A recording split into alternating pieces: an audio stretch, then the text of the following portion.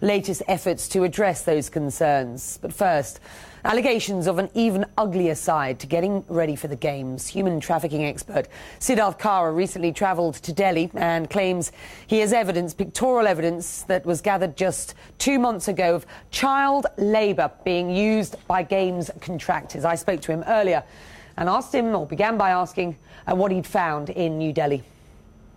Back in mid-July, I reliably documented in just a few days 32 cases of trafficking for forced labor and 14 cases of child labor, all for construction relating to the Commonwealth Games.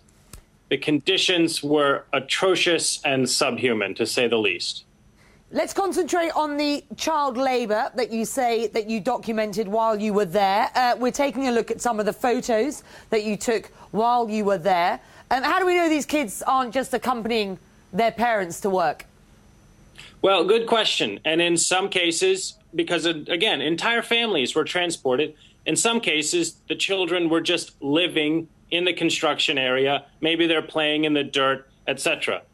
The photos that I sent and the 14 cases out of the hundreds and hundreds of children I saw, these are ones where I felt I had reliably documented child labor, meaning children were working, picking up hammers and banging stones, laying planks and marble in front of stadiums for the entryways, planting grass and little flowers along the roads to beautify them, hours and hours at a time. So these cases are ones where I reliably documented children 7, 8, 9, 10 years old were working alongside their families, again, in this mad rush to get the construction completed. How do you know that the projects that they were working on were specifically for the Commonwealth Games, out of interest? Oh, everything. Everything is Commonwealth Games related. If they're not actually at the stadiums, Indira Gandhi National Stadium, Nehru Stadium, they're outside the stadiums, making the roads look pretty.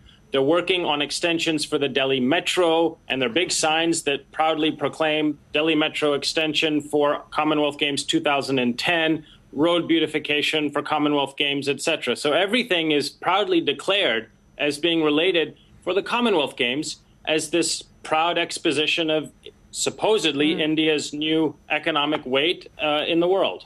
Did you sit and watch these kids working over a period of hours? Absolutely, hours and days.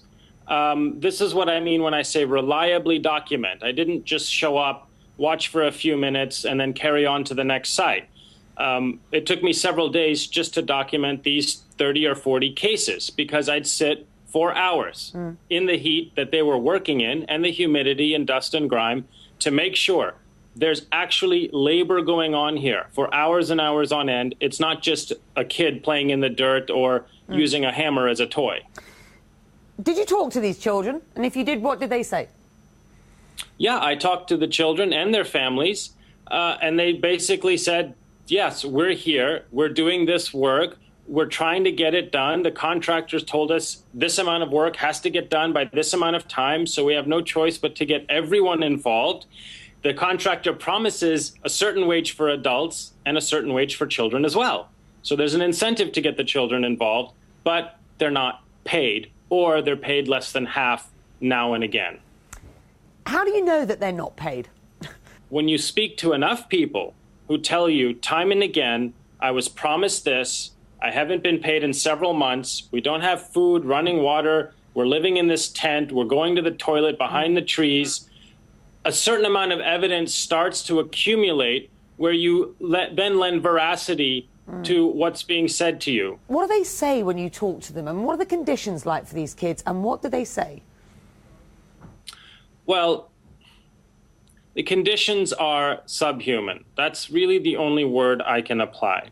They live in the dirt. They go to the toilet behind bushes and trees, which is why they found human excrement in the athletes' village a few days ago. The children don't, especially the young ones, don't really have a sense of what's going on.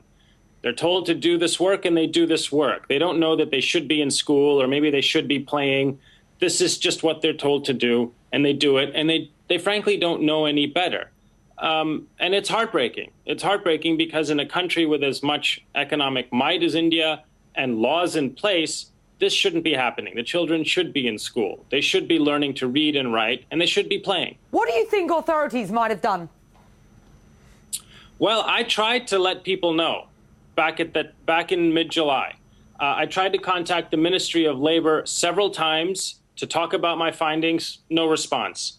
I did sit with the Secretary General of the National Human Rights Commission of India, and he said, yes, we are aware that there may be this kind of activity going on, trafficking for forced labor and child labor, and we are looking into it. So I did receive some assurances from the Human Rights Commission that they would look into this. But frankly, on the last day when I left Delhi, just a couple of weeks ago, not even that long ago, there was still child labor, debt bondage, forced labor all over the city for these Commonwealth Games.